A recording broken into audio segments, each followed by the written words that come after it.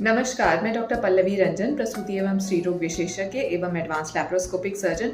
आज हम आपके साथ आए हैं डिस्कस करने एक्टोपिक प्रेगनेंसी के बारे में। एक्टोपिक प्रेगनेंसी मतलब ऐसी प्रेगनेंसी जो बच्चेदानी के अलावा, ये बच्चेदानी है, इसके अलावा अंडाशय में, ट्यूब में या इसके बाहर भी एब्डोमेन में भी कहीं भी रुक सकती है, उसे हम एक्टोपिक प्रेगनेंसी कहते हैं। कई बार ये पुराना जो सिजेरियन का टाका होता है बच्चेदानी के ऊपर, उस पे भी रुक सकती है। कई बार बच्चेदानी के मुंह पे भी बच्चा ठहर सकता है, तो इसे हम एक्टोपिक प्रेगनेंसी कहते हैं।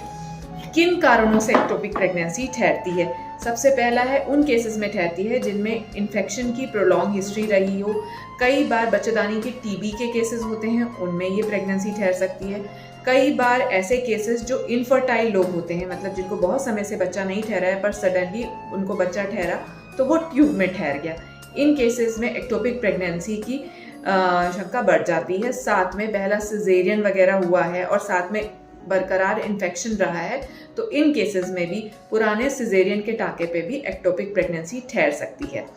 हमें इसके बारे में जानना ज़रूरी क्यों है? क्योंकि आज के समय में एक्टोपिक प्रेगनेंसी की फ्रीक्वेंसी बहुत ज़्यादा बढ़ गई है। 100 में से 10 केस ऐसे हैं जिनमें एक्टोपिक प्रेगनेंसी होती है। अब एक्टोपिक प्रेगनेंसी में नुकसान क्या है, हमें इससे क्यों जानना ज़रूरी है इसके बारे में और क्यों अवगत रहना है?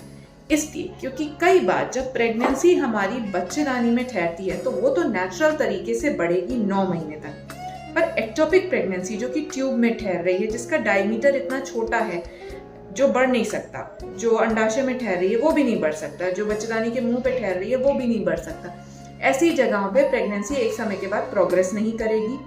5 से 7 हफ्ते, मैक्सिमम टू मैक्सिमम 9 वीक्स, मतलब 1.5 से 2 महीना वो प्रोग्रेस करेगी। बाय चांस ट्यूब में ठहरी है, अंडाशय में ठहरी है, ट्यूब के एंड पे ठहरी है, या आपके बच्चेदानी के मुंह पे ठहरी है, या पुराने सिजेरियन के टांके पे ठहरी है, तो वहां वो फट जाएगी। ऐसी जगहों पे जब भी प्रेगनेंसी फटेगी तो वहां से खून का रिसाव होगा जो पेट में कलेक्ट होगा, जिसके कारण पेशेंट को सीवियर ब्लड लॉस होता है और पेशेंट एकदम शॉक में जाता है। इसलिए हमें यह जानना जरूरी है कि एक्टोपिक प्रेगनेंसी आपको कभी भी हो तो आपको डॉक्टर को दिखाना है। और वो पता कैसे चलेगा?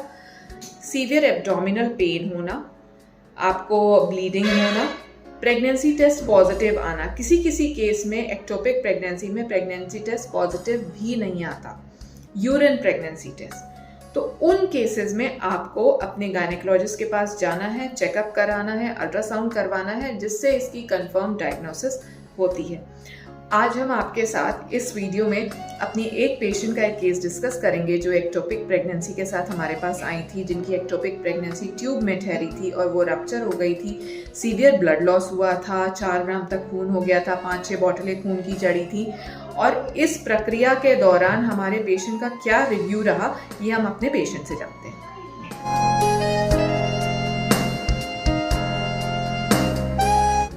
नमस्कार, ये हमारे पेशेंट हैं गौरव देवी, जिनका एक्टोपिक प्रेगनेंसी था और इनका रप्चर्ड यूट्रस भी था।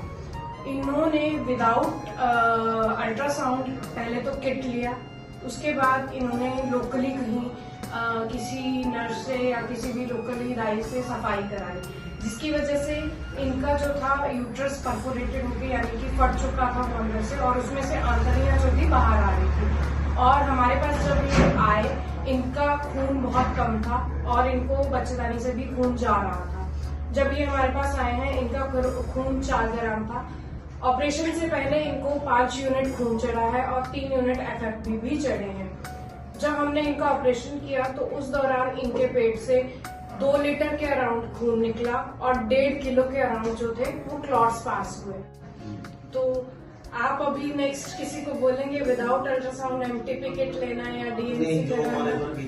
तो उसमें हम जो भी हमसे अपने कोई भी संबंधित रिश्तेदार हैं या और भी कोई हमारे जो कहने का भाव है कि हम जितना भी इस चीज को छुपा कर रखें, हम अपने लिए वो खतरनाक है, तो उसके बारे में हम सभी को जो है जागरूक करेंगे। जागरूक होना जरूरी भी बहुत है, क्योंकि ये मरीज ऐसा था, अगर इनको 1-1.5 घंटे की भी देरी होती तो हम नहीं कह सकते थे कि ये बच पाते या नहीं, क्योंकि पूरा पेट इनका जो था खून से भरा हुआ था।